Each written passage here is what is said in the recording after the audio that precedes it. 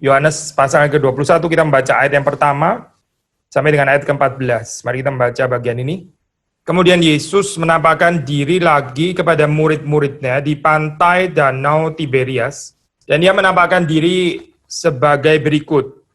Di pantai itu berkumpul Simon Petrus, Thomas yang disebut Didimus, Nathanael dari Kana yang di Galilea, anak-anak Zebedius, dan dua orang muridnya yang lain. Kata Simon Petrus kepada mereka, "Aku pergi menangkap ikan." Kata mereka kepadanya, "Kami pergi juga dengan engkau." Mereka berangkat lalu naik ke perahu, tetapi malam itu mereka tidak menangkap apa-apa. Ketika hari mulai siang, Yesus berdiri di pantai, tetapi murid-murid itu tidak tahu bahwa itu adalah Yesus. Kata Yesus kepada mereka, "Hai anak-anak, adakah kamu mempunyai lauk pauk?" Jawab mereka, "Tidak ada." Maka kata Yesus kepada mereka, "Tebarkanlah jalamu di sebelah kanan perahu, maka akan kamu peroleh." Lalu mereka menebarkannya dan mereka tidak dapat menariknya lagi karena banyaknya ikan. Maka murid yang dikasih Yesus itu berkata kepada Petrus, "Itu Tuhan." Ketika Petrus mendengar bahwa itu adalah Tuhan, maka ia mengenakan pakaiannya sebab ia tidak berpakaian lalu terjun ke dalam danau. Murid-murid yang lain datang dengan perahu karena mereka tidak jauh dari darat, hanya kira-kira 200 hasta saja, dan mereka menghela jala yang penuh ikan itu. Ketika mereka tiba di darat, mereka melihat api arang dan di atasnya ikan dan roti. Kata Yesus kepada mereka, "Bawalah beberapa ikan yang baru kamu tangkap itu." Simon Petrus naik ke perahu lalu menghela jala itu ke darat, penuh ikan-ikan besar, 153 ekor banyaknya. Dan sungguh pun sebanyak itu, jala itu tidak koyak. Kata Yesus kepada mereka, "Marilah dan sarapanlah." Tidak ada di antara murid-murid itu yang berani bertanya kepadanya, "Siapakah engkau?" Sebab mereka tahu bahwa ia adalah Tuhan. Yesus maju ke depan mengambil roti dan memberikannya kepada mereka, demikian juga ikan itu. Itulah ketiga kalinya Yesus menampakkan diri kepada murid-muridnya sesudah ia bangkit dari antara orang mati. Demikian pembacaan firman Tuhan. Mari kita masuk di dalam doa. Tuhan, kami berdoa supaya perenungan firman Tuhan ini Engkau sertai, Engkau berkati baik hamba-Mu, berkati materi yang sudah dipersiapkan, Tuhan berkenan untuk menggunakannya, dan berkati juga setiap kami yang mendengar, supaya kami boleh mendengar dengan pengertian, dengan hati yang digerakkan oleh Roh-Mu yang kudus, boleh bekerja di tengah-tengah kami. Kami menyerahkan setiap daripada kami, baik mendengarkan di rumah ataupun yang datang ke gereja, Tuhan yang menguduskan kami dengan kuasa firman-Mu. Demi Yesus Kristus kami berdoa. Amin. Sudah, kini adalah cerita post-resurrection ya, kalau kita membaca pasal yang ke-21 ini. Ini adalah bagian-bagian akhir daripada pasal Yohanes, jadi kita akan segera menyelesaikan Injil Yohanes ini. Dan saudara bisa melihat bahkan di dalam pasal yang sudah sangat akhir ini mendapati kata-kata yang sifatnya itu programatis seperti yang sudah dijanjikan di dalam pasal-pasal awal ya. Menarik saya kalau saudara membaca di sini, ini adalah satu revelation atau manifestation, satu penyataan ya. Termasuk bahkan setelah Yesus bangkit, disclosure ini ya, penyingkapan ini terus-menerus terjadi itu karena ya belum selesai gitu. Yesus sudah mati di atas kayu salib, bahkan dia sudah bangkit ya. Memang dia belum naik ke sorga, tapi di antara kebangkitan dan kenaikan ke sorga itu Yesus tidak berhenti menyatakan dirinya kepada murid-muridnya. Nah itu saudara sudah bisa baca ya, as early as pasal yang pertama, kalau sudah membaca di dalam pasal yang pertama, ayat yang ke-31 ya, ayat yang ke-31, itu penyataan yang programatis ya, dari Yohanes Pembaptis. Saya membaca, "Dan aku sendiri pun mula-mula tidak mengenal dia, tetapi untuk itulah aku datang membaptis dengan air, supaya ia dinyatakan kepada Israel." Supaya Yesus dinyatakan kepada Israel. Narasi kehidupan kita ini apa sih sebetulnya gitu?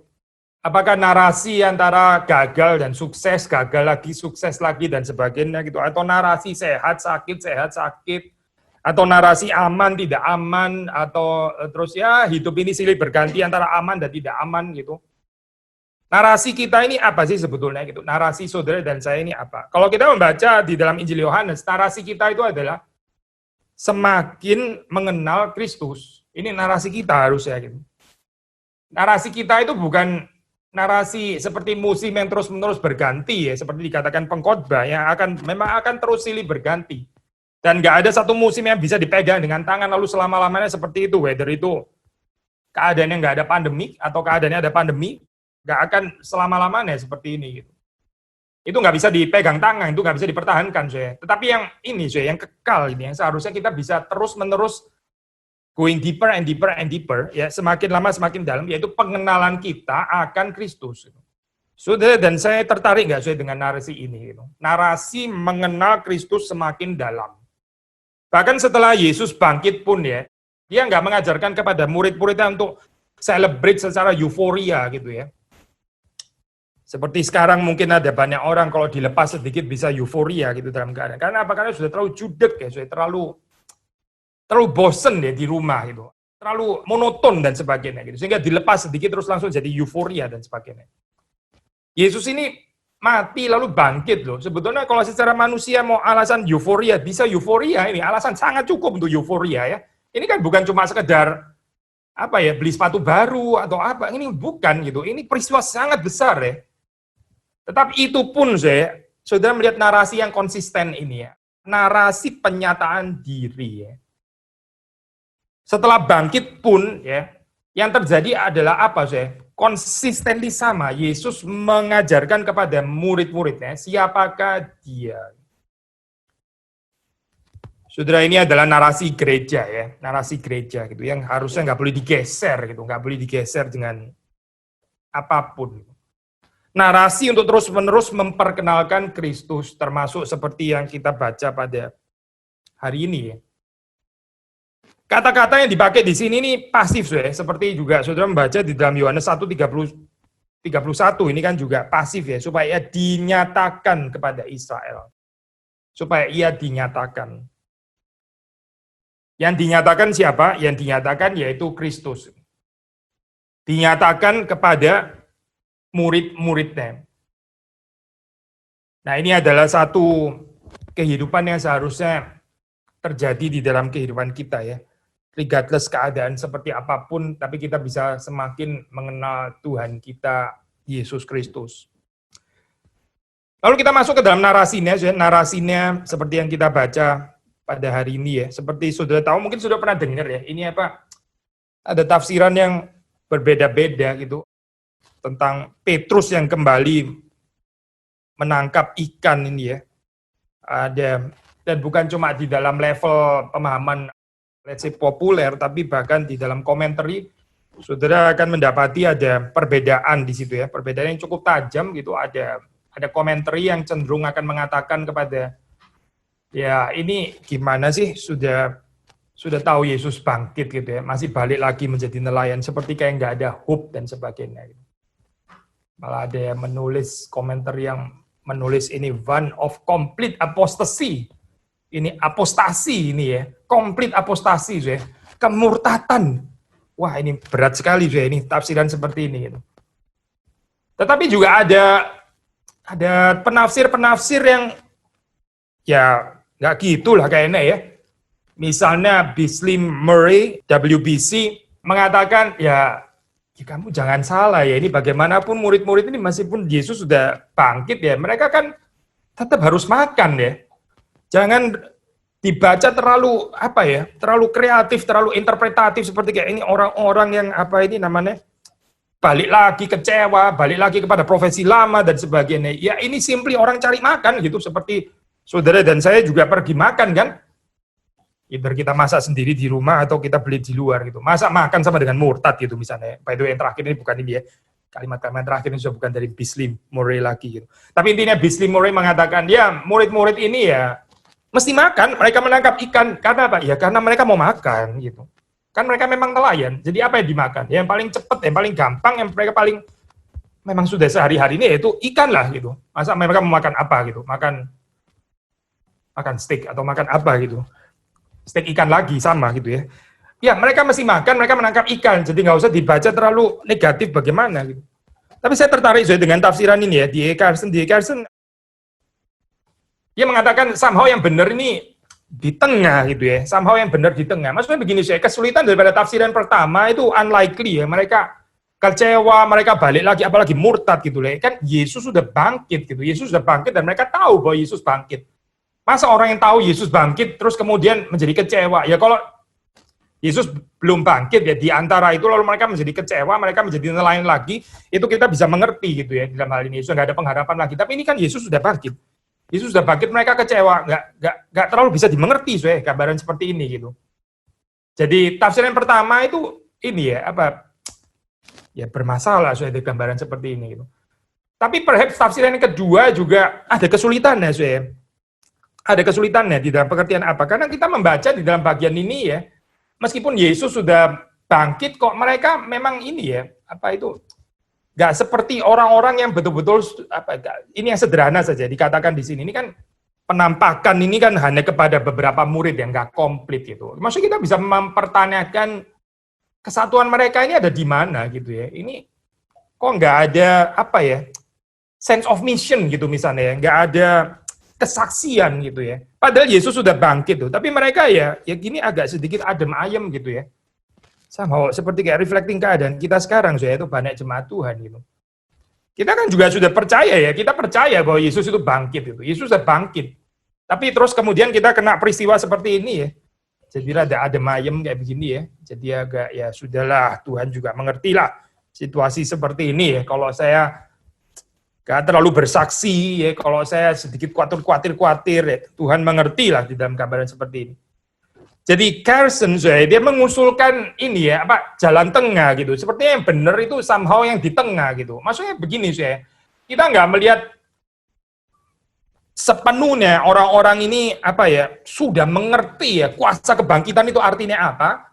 Tapi kita juga nggak melihat totally negatif di dalam pengertian orang-orang yang kecewa, apalagi murtad gitu ya. Yang benar tuh somehow kayaknya di tengah gitu.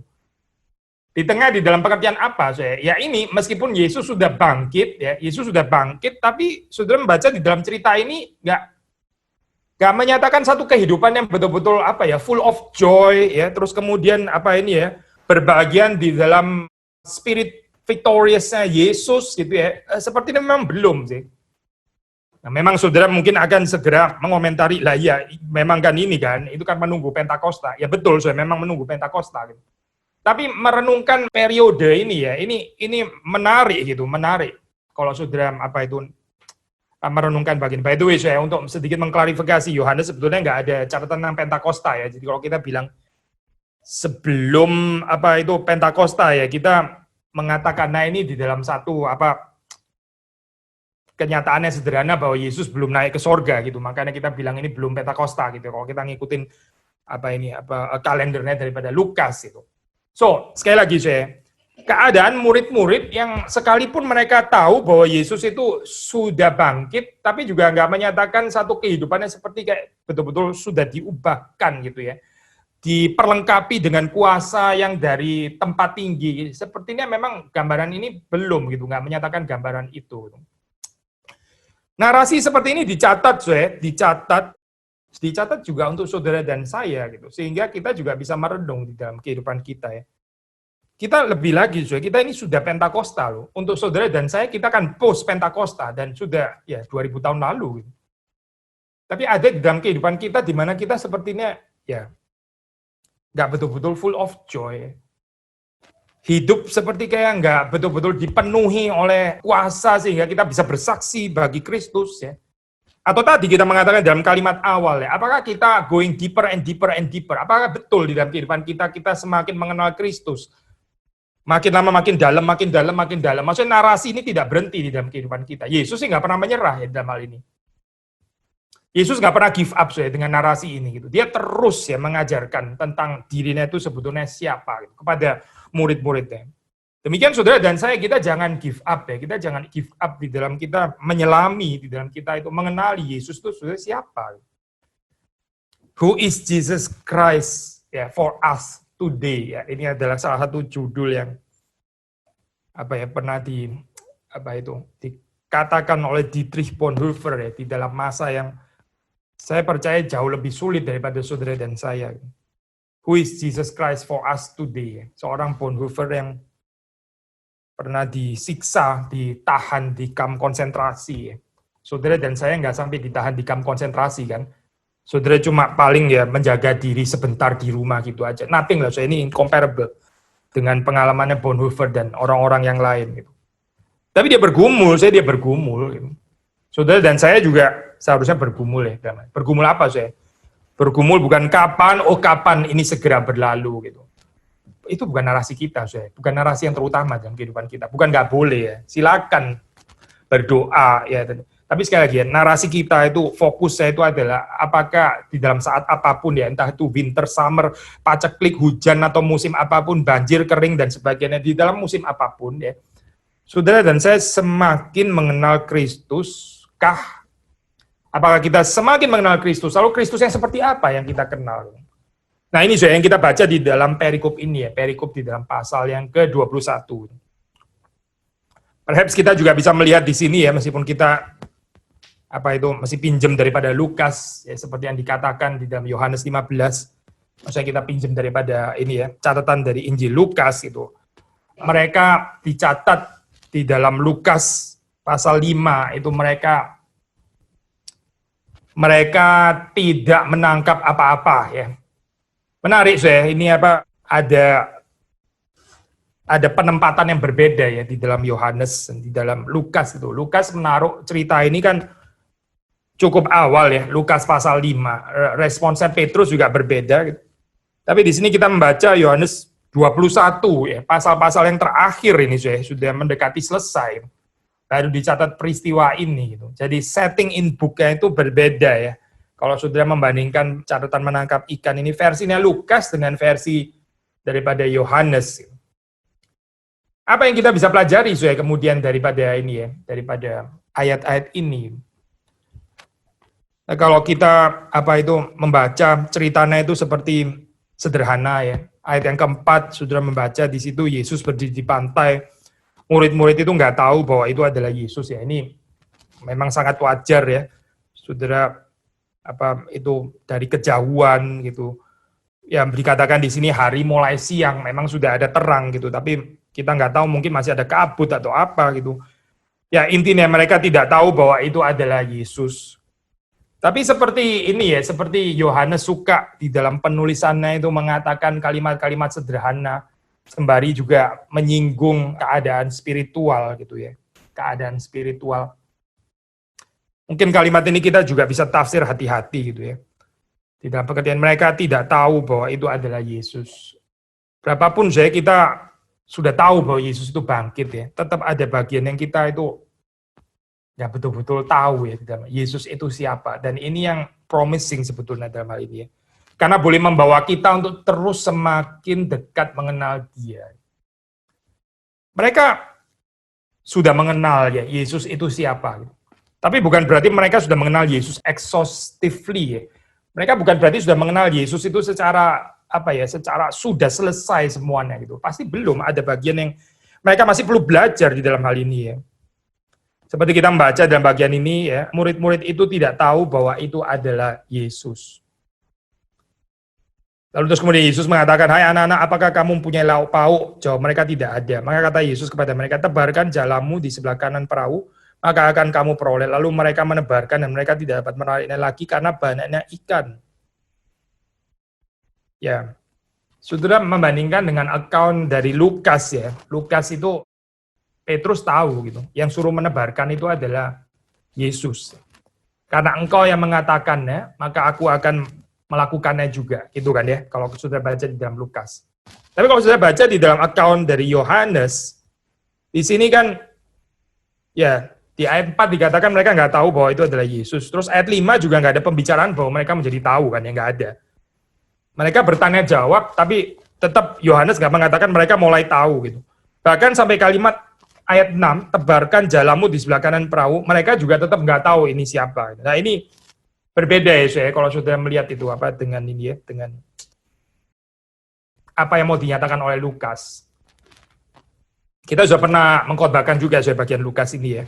Yang ditekankan di dalam Lukas itu otoritas dari Kristus dan bagaimana Petrus itu ini ya, submit ya terhadap perkataan daripada Kristus ya. Tapi di sini saudara nggak melihat perspektif itu ya. Waktu di sini dikatakan tebarkanlah jalamu di sebelah kanan perahu maka akan kamu peroleh. Ini nggak ada penekanan tentang ya karena Yesus yang mengatakan maka Petrus atau murid-murid yang lain itu taat gitu ya. Nggak ada. Maksudnya kita nggak bisa menafsir seperti itu karena nggak ada saya ini dalam bagian ini ya. Jadi ini gambarannya kalau dari persepsi para murid ya, yang kepada siapa Yesus berkata, ya mungkin ini fellow nelayan lah ya, ada di pinggir pantai sana, teriak agak kenceng gitu ya. Why don't you try ini, kamu sini coba, sekarang coba sebelah sini lah gitu ya. Terus ya mungkin nothing tulus juga kali ya. Namanya juga nelayan gitu. Ya bolehlah coba gini, toh juga sudah nggak ada salahnya gitu ya dalam hal ini ya, tebar juga gitu. Ada teman di pantai gitu. Orang yang kasih tahu kita, coba di sana lah coba gitu. Coba aja lah, nggak ada salahnya gitu. Ya udah coba gitu. Tetapi kemudian setelah mereka menebarkan, terus kemudian mereka memperoleh banyak ikan gitu ya.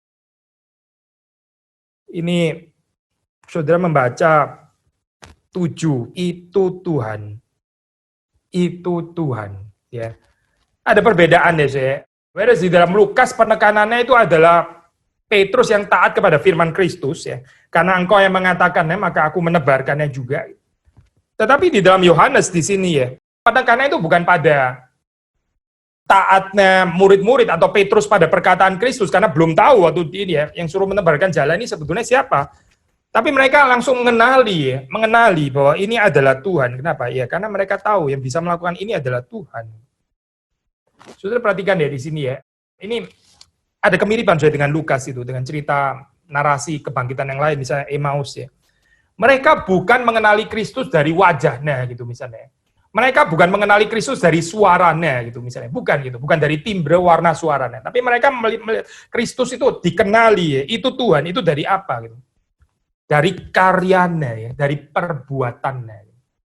Sama seperti di dalam murid-murid Emmaus itu ya, yang berjalan ke Emmaus itu, mereka celik kapan gitu. Ya di dalam Lukas dikatakan waktu Yesus menjelaskan kitab nabi-nabi mereka itu berkobar-kobar hatinya, berarti ada resonans kan di sini ya. Lukas sama sekali nggak mencatat bahwa mereka terus kemudian, iya ya, ini suara kok saya kenal ya. Nggak penting saya untuk Injil itu nggak penting. Suara ini kok suara saya kenal ya, seperti ini ya. Seperti kayak saudara ditelepon orang gitu, saudara pikir suaranya siapa gitu ya, ternyata setelah ngomong 5 menit baru tahu itu orang lain. Wah, ini ya, very embarrassing. Tapi mereka, kalau sudah baca di dalam ini ya, di dalam Injil Lukas, penekanannya bukan di sana, bukan kepada warna suara Yesus atau bentuk mukanya dan sebagainya ya. Tapi dari apa? Dari dia menjelaskan firman. Murid-murid itu bisa mengenali, ini adalah Yesus. Lalu dari Yesus memecah roti, ya. Lalu terus kemudian membagikannya kepada mereka. Mereka tahu itu. Dari apa saya? Ya ini, dari karya yang khusus partikular, ini Yesus yang melakukan seperti ini. Perjamuan kudus ya. Ya di sini memang bukan berbicara ini ya, tentang perjamuan kudus itu ada. Ya kita tahu ada komentar yang menafsir ini ke perjamuan kudus ya karena roti dan sebagainya. Baik mengikuti Carson ya, Carson nggak convince dengan bagian penafsiran ke perjamuan kudus. Tapi ini bagian yang nggak terlalu mutlak saya. Ya apa sih di sini yang menyadarkan mereka di situ ya? Ini adalah Yesus yang sama ya, Yesus yang suka melayani murid-muridnya, Yesus yang mencuci kaki murid-muridnya, Yesus yang setelah dia bangkit ya, dia tetap melayani mereka. Gak ada perubahan di dalam hal ini ya. Ini Yesus yang sama, ini bicara tentang kontinuitas di sini.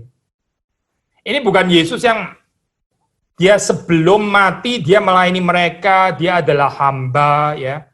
Lalu kemudian setelah dia bangkit ya, dia bukan lagi hamba, dia adalah the master gitu misalnya ya. Bukan itu gambarannya, bukan itu narasinya. Itu mungkin narasinya saudara dan saya kali ya. Kita waktu gagal, waktu kurang terkenal, waktu miskin, ya kita dihina-hina dan sebagainya, ya. Lalu terus kemudian kita mencoba untuk rendah hati, ya karena memang kita nggak punya apa-apa. Tapi begitu kita jadi berhasil, langsung jadi bossy gitu ya, langsung jadi the great master gitu ya. Itu narasi dunia berdosa lah, bukan narasi Injil. Saudara membaca narasi Kristus itu bukan itu, gitu. Bukan narasi seperti yang seringkali kita dapati di dalam dunia ini, bukan itu. Yesus sebelum dia mati, ya, dia adalah hamba. At the same time, dia juga adalah Lord. Dia juga adalah Tuhan. Setelah dia bangkit, ya dia Tuhan. Ya betul, ya dia pasti Tuhan. Memang dia Tuhan. Dari dulu juga sudah Tuhan. Tapi dia juga tidak kehilangan kehambaannya. Saudara perhatikan kalimat ini ya. Dia bukan berarti setelah bangkit terus nggak mau jadi hamba lagi. Terus dia bilang, itu dulu. Kan itu kan dulu sebelum saya disiksa-siksa gitu. Sekarang sudah bangkit. Ya lain lah sekarang gitu. Saya sudah bukan seperti yang kamu kenal dulu. Bukan, saya bukan. Itu bukan narasi Kristen. Itu bukan narasi gereja. Itu bukan narasi saudara dan saya. Coba perhatikan narasi ini ya. Yesus tetap sama. Di dalam hal ini dia tetap sama. Kita bisa bicara discontinuity nya pasti waktu kita membicarakan kebangkitan, tapi bagian ini yang ditekankan adalah kontinuitas ya. Maka Petrus mengenali Yesus itu apa di dalam hal ini ya. Ya mungkin teologi yang lain akan mengatakan mujizatnya gitu ya, mujizatnya gitu. Tapi ditekankan di sini itu sebetulnya bukan mujizatnya ya. Tetapi bagaimana Yesus ini adalah seorang hamba yang melayani. Ya di sini saudara bisa mengatakan mujizat sih ya. Memang mujizat di sini. Bolehlah bicara mujizat tanda gitu ya. Tapi waktu Yesus membasuh kaki murid-muridnya, itu kan sebetulnya juga tanda kan ya. Tapi tanda bukan di dalam pengertian mujizat seperti yang kita mau gitu. Tanda itu apa sih by the way ya? Tanda ya semia di dalam bahasa yang dipakai oleh Yohanes di dalam Injil ini. Memang bisa seringkali ditafsir sebagai mujizat ya, tanda gitu. Tapi tanda juga nggak harus selalu mujizat.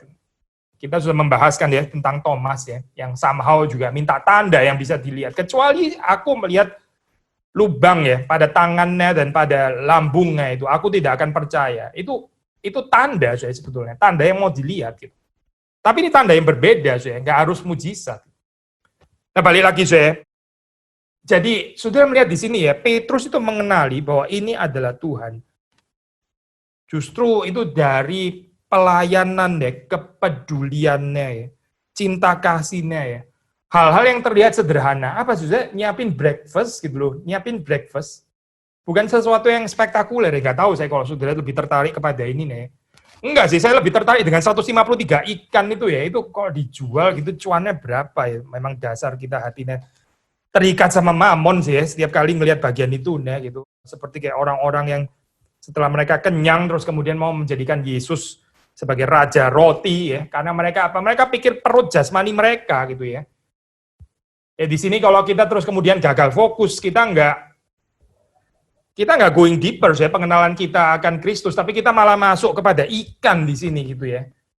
Saya tanya ya, ini pengenalan kita akan ikan yang jumlahnya 153 itu dengan Yesus yang mana sih sebetulnya lebih penting gitu. Saudara jangan gagal fokus di dalam hal ini. Ini adalah cerita tentang Kristus ya, bukan cerita tentang ikan. Ini adalah cerita tentang bagaimana murid-murid itu boleh semakin dalam mengenal Kristus. Karena Yesus di dalam narasi ini pun, di dalam cerita ini pun dia sedang dinyatakan. Dia itu dinyatakan kepada murid-murid lagi dan lagi dan lagi. Dan apa yang perlu dikenal oleh murid-murid di sini ya, bahwa Yesus itu adalah Yesus yang tidak berubah ya. Dia tetap sama hari ini, besok ya. Dia adalah Yesus yang sama, Yesus yang melayani. Yesus yang melayani. Dan bahwa Yesus itu dikenal oleh murid-muridnya melalui his servanthood, melalui kehambaannya. Saya tanya ya kepada saudara dan saya, gereja itu dikenal karena apa ya? Gereja kita ini dikenal karena apa? Komunitas kita ini dikenal karena apa? Karena komunitas yang suka makan, itu misalnya. Yesus juga makan sih, pencerita tentang makan lagi di sini ya. Kita dikenal karena apa sih? Kalau kita belajar daripada narasi ini ya, kita harusnya dikenal karena kehambaan kita, seperti Yesus. Seperti Yesus. Yesus dikenal itu karena dia adalah yang selalu melayani murid-muridnya. Yesus selalu melayani murid-muridnya. Sebelum dia mati, dia melayani murid-muridnya. Dia mencuci kaki murid-muridnya. Setelah dia bangkit, dia tetap melayani murid-muridnya. Dan itu langsung dikenal oleh Petrus ya. Itu Tuhan. Ketika Petrus mendengar bahwa itu adalah Tuhan, maka ia mengenakan pakaiannya sebab ia tidak berpakaian lalu terjun ke dalam danau. Murid-murid yang lain datang dengan perahu karena mereka tidak jauh dari darat, hanya kira-kira 200 hasta saja. Mereka menghela jala yang penuh ikan itu. Seperti ini ya, mungkin saudara pernah dengar ya, Carson mengatakan ya, kalimat ini ya, banyak sekali tinta sudah dicurahkan. Tinta-tintanya para komentator maksudnya. dicurahkan untuk menafsir ini gitu ya. Ini apa sih sebetulnya, ini 153 ini apa gitu ya. Ini wah banyak sekali saya tafsiran, mulai dari bapak-bapak gereja dan sebagainya, tafsiran alegoris dan sebagainya, atau yang lebih modern ya, gematria gitu ya. Hitung-hitung 153, ini 1 tambah 2 sama 3 tambah 4 sampai 17 ya. Itu jadi 153, ini teori ya saya namanya gematria gitu. Tapi Carlson mengatakan kalimat seperti ini saya, kalau kita menafsir seperti ini ya, ini berarti kita mesti mengasumsikan bahwa readers atau pembaca daripada Injil Yohanes ini mengerti Hebrew, mengerti bahasa Ibrani ya, karena gematrianya itu adalah ya dihitung-hitung di dalam bahasa Ibrani ya, 153 itu artinya apa gitu. Tapi kalau kita baca di dalam Injil Yohanes ya, saudara akan mendapati bahwa ada kata-kata Hebrew yang sangat elementer. Kata-kata Hebrew yang sangat elementer itu mesti diterjemahkan oleh Yohanes gitu, yang menulis Injil ini gitu. Jadi ini sangat unlikely ya, dan ini argumentasi yang kuat menurut saya gitu. Bahwa kita nggak bisa membaca ini dari perspektif orang yang Hebrew-nya itu advance di dalam hal ini ya. Saudara nangkep ya maksudnya ya. Jangankan mereka mesti mengerti artinya 153 yang dihitung-hitung yang mesti mengasumsikan kemahiran di dalam bahasa Ibrani gitu. Lawang ada kata bahasa Ibrani sederhana saja yang muncul mesti diterjemahkan oleh Yohanes gitu. Jadi bagaimana mereka bisa mengerti ini ya, 153 ini dengan teori gematria, jadi very unlikely sebetulnya di dalam hal ini. Dan ini argumentasi yang kuat gitu. Hati-hati ya saya, dengan kita menafsir itu bisa sangat apa ya namanya, kita bisa seperti kayak penafsiran sangat atraktif, tapi terus kemudian sebetulnya nggak terlalu ada dasar gitu yang kuat ya. Jadi lebih mirip teka-teki riddle akhirnya Alkitab daripada yang dinyatakan ya. By the way, saya ada perbedaan kan ya, ini Pak Jetro berapa minggu lalu kan sebahas ini apokaliptik gitu ya, apokalip sesuatu yang dinyatakan ya. Maksudnya dari sesuatu yang tidak tersingkap menjadi disingkapkan, terus kemudian kita menjadi jelas gitu. Tapi kalau kita pakai terus-menerus pakai ya, apa gambarannya seperti ini ya, saya, siapa yang bisa mengerti gitu, kecuali orang-orang yang elit, orang-orang yang mengerti ya, advance di dalam Hebrew dan bisa menghitung dengan cepat 153 itu apa maksudnya gitu. By the way, mungkin sebagian besar daripada kita ya, gak cepat kali saya menghitung 1 tambah 2 tambah 3 tambah 4 tambah 5 sampai tambah 17 itu hasilnya 153. Atau saudara langsung tahu gitu. Mungkin saudara math genius ya, nggak tahu lagi lah ya. Tapi saya sih nggak mampu gitu. Langsung ketemu angka itu dari 1 tambah 2 tambah 3 tambah 4 tambah 5 tambah 6 dan sebagainya. Perlu waktu lah untuk memikir seperti itu ya. Balik lagi saya, kalau kita nggak menafsir seperti ini, jadi apa? Ini nggak ada simbolisme atau apa gitu. Nah, Carlson sudah mengatakan kita boleh pakai simbolisme ya, tapi simbolisme dalam pengertian tertentu gitu. Simbolisme di dalam sheer quantity-nya misalnya dalam hal ini ya, 153. Maksudnya ini jumlah yang tidak sedikit ya. Ya ada perbedaan yang menarik kalau sudah melihat yang dikatakan Yohanes dengan yang dikatakan oleh Lukas itu berbeda. Lukas mencatat di dalam pasal 5 ya bahwa jalannya itu koyak, jalannya itu koyak. Tapi Yohanes kemudian mengatakan bahwa meskipun ya ini ikannya sebanyak itu ya, jala itu tidak koyak gitu. Jalannya tidak koyak. Nah, ini menarik saya, menarik itu. Kenapa ya Yohanes mengatakan kalimat seperti ini ya? Pak itu saya, saudara jangan ini ya, harap kita, ya ini kita sudah sering kali menjelaskan sih ya, kalau di GRI Kelapa Gading gitu. Kita nggak terlalu tertarik saya dengan ini ya, dengan apa harmonisasi cerita itu apa, zaman itu sebetulnya sudah lewat gitu ya. Apa ini, mempertanyakan sebetulnya the historical Jesus atau the historical kejadiannya itu sebetulnya yang apa. Kenapa koyak dan nggak koyak gitu ya. Kalau koyak berarti bukan nggak koyak, kalau nggak koyak berarti bukannya koyak gitu kan ya. Nggak bisa bilang koyak dan nggak koyak, itu sesuatu yang kontradiktif. Dan ini sebetulnya bagaimana gitu. Terus kita come up dengan different solutions lah, oh ini 2 kali mancing lah, atau kita selesaikan dengan gini loh, gitu aja kok susah. Koyak di sebelah sana, nggak koyak di sebelah sini gitu ya. Yang dilihat Yohanes yang itu, yang dilihat Petrus yang itu, yang dilihat Lukas yang itu, selesaikan langsung harmoni.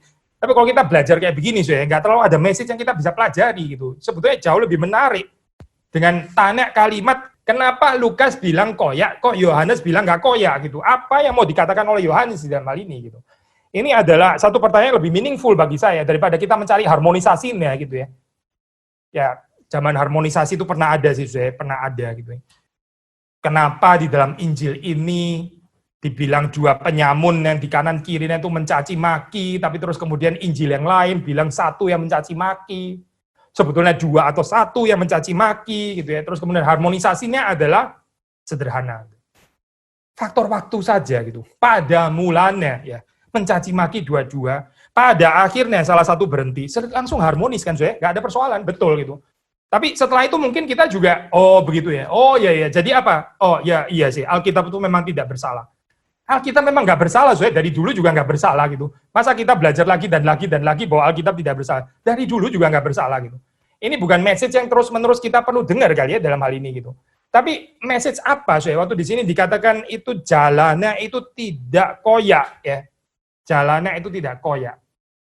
Jadi ini saya kita menafsir di dalam profil teologi Yohanes yang suka membicarakan hal-hal itu yang bicara hal yang harafiah ya, literally, tapi terus kemudian ada makna rohani gitu ya. Ada makna rohani. Ini berarti apa saya? Ya berarti ini saya. Jala penginjilan itu nggak akan pernah koyak. Jala penginjilan itu nggak akan pernah koyak, saya. Nggak ada orang menginjili terlalu banyak, itu nggak ada. Gitu. Nggak ada terlalu banyak datang mengenal Kristus, nggak ada, saya itu nggak ada. Yang ada adalah seringkali kita itu terlalu sedikit memberitakan Injil, terlalu sedikit memperkenalkan Kristus, kita terlalu sedikit membawa orang untuk mengenal Kristus, itu yang ada gitu. Jala ini bukan satu jala yang bisa koyak ya.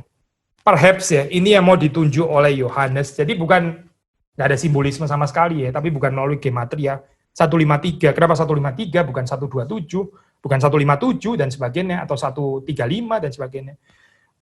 Bukan di sana, jadi ini Alkitab jadi mirip riddle kok, seperti ini. Jadi mirip sudoku atau teka-teki silang atau apa begitu ya. Tapi di dalam pengertian simbolisme ini ya, yang saya percaya ini orang sederhana pun juga bisa mengerti. Gitu. Nah ini keindahannya ya. Saudara nggak harus jadi expert biblical theologian tuh bisa menghitung 1 tambah 2 tambah 3 tambah 4 tambah 5 tambah 6 tambah 7 tambah 8 tambah 9 tambah 10 11 12 sampai 17 sama 153 gitu misalnya. Nggak harus. Ini orang sederhana pun saya bisa mengerti message seperti ini. Gitu. Di dalam pekerjaan Tuhan ya, net itu tidak akan koyak. Ini adalah satu penghiburan ya, satu dorongan untuk kita. Gitu. Ya kita sedikit banyak sih sedih ya, saya melihat waktu di gereja nggak sepenuh seperti biasanya gitu ya. Kita nggak bisa menyaksikan orang-orang yang datang beribadah. Ya termasuk saya juga nggak bisa menyaksikan karena di kamera di sini saya melihat diri saya sendiri, bukan melihat saudara-saudari sekalian gitu ya. Kita terbatas di dalam saat-saat seperti ini. Gitu. Tetapi jangan ini ya, saya jangan membuang narasi ini gitu. Yang ditarik Tuhan itu masih banyak, gitu. Yang akan ditarik Tuhan itu masih banyak. Dan narasi kebangkitan ini mendorong kita untuk terus-menerus bekerja, ya, bekerja dengan lebih tekun lagi. Lalu sudah membaca di dalam ayat yang ke ini ya, ayat 12 ya, Yesus berkata kepada mereka, marilah dan sarapanlah. Tidak ada di antara murid-murid itu yang berani bertanya kepadanya, siapakah engkau? Sebab mereka tahu bahwa ia adalah Tuhan. Nah ini juga gambaran ambiguitas seperti ini ya. Satu sisi mereka tahu itu adalah Tuhan. Memang dicatat dan tadi juga sudah tahu gitu. Tahu bahwa ini adalah Tuhan. Ya, dan mereka juga tahu bahwa Tuhan ini sudah bangkit gitu.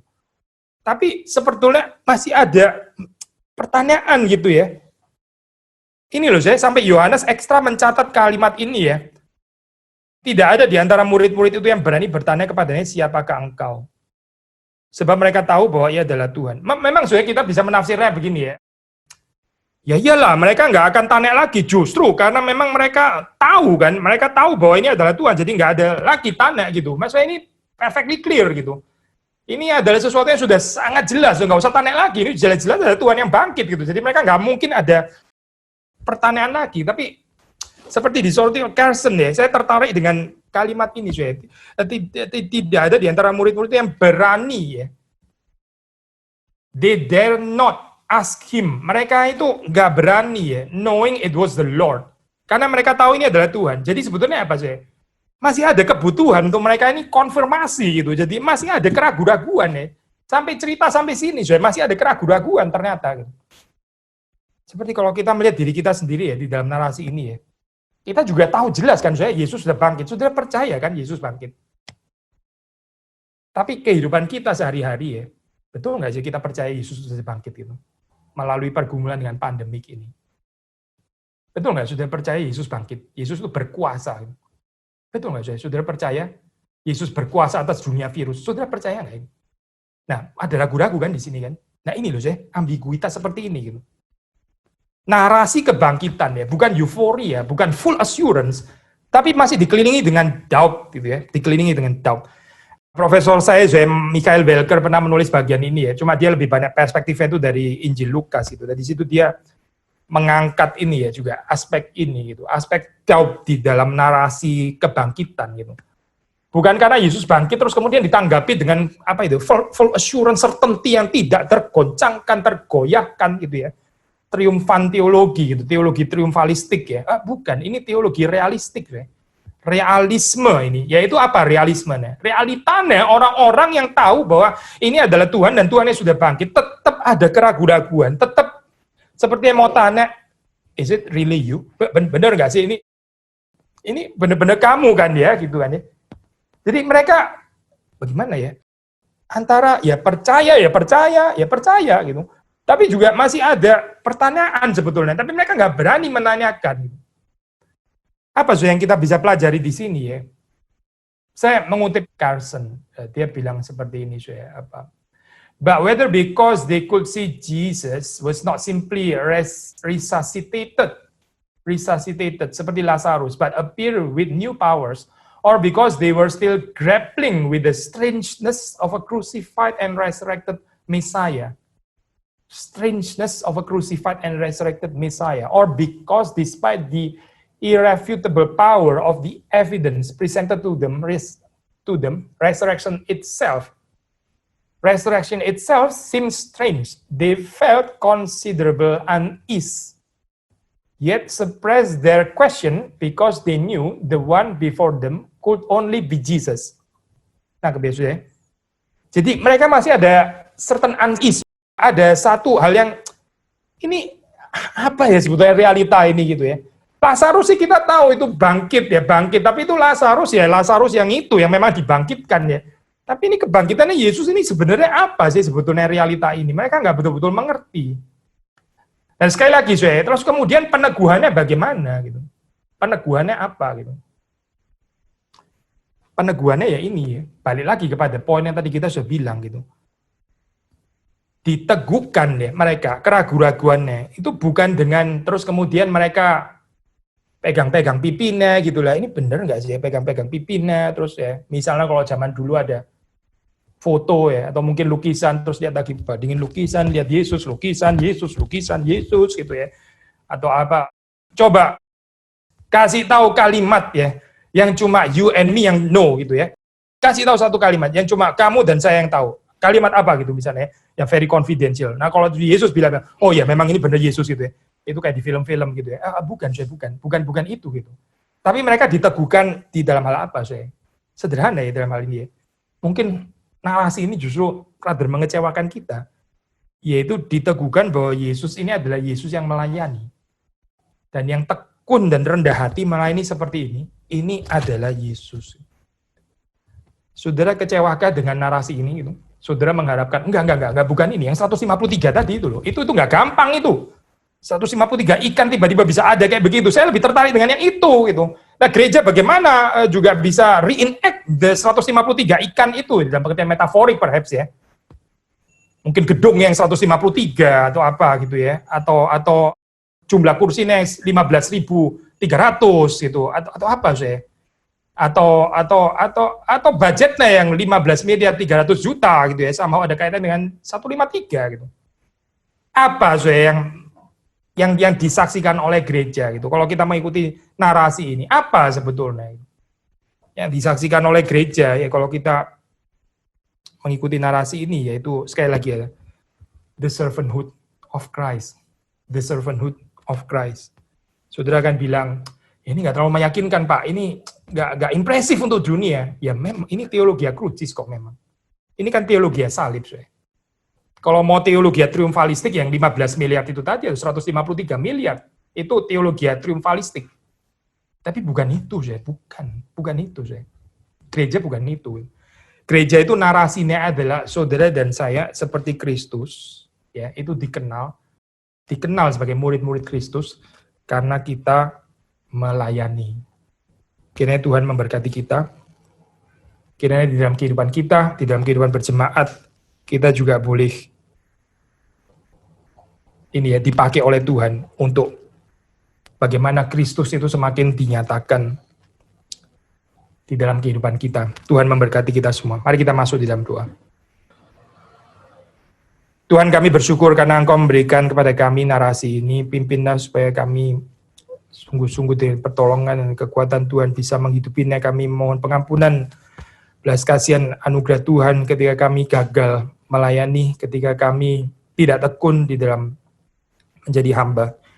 Mungkin karena ketakutan kami, mungkin karena kekhawatiran kami, karena self-centered kami, mungkin karena kekecewaan kami, karena kami kurang fighting spirit, karena kami discouraged, karena berbagai macam hal-hal yang lain. Kami berdoa supaya Tuhan sekali lagi mengampuni kami dengan darah-Mu dan memperbarui kehidupan kami menjadi hamba seperti Engkau. Terima kasih Tuhan untuk cerita yang sederhana ini. Tidak ada yang wah, tidak ada yang atraktif secara dunia, seperti pesan-pesan begitu sederhana. Tapi kami sungguh membutuhkannya dari Tuhan. Terima kasih Tuhan, demi Yesus Kristus kami berdoa, kami bersyukur. Amin.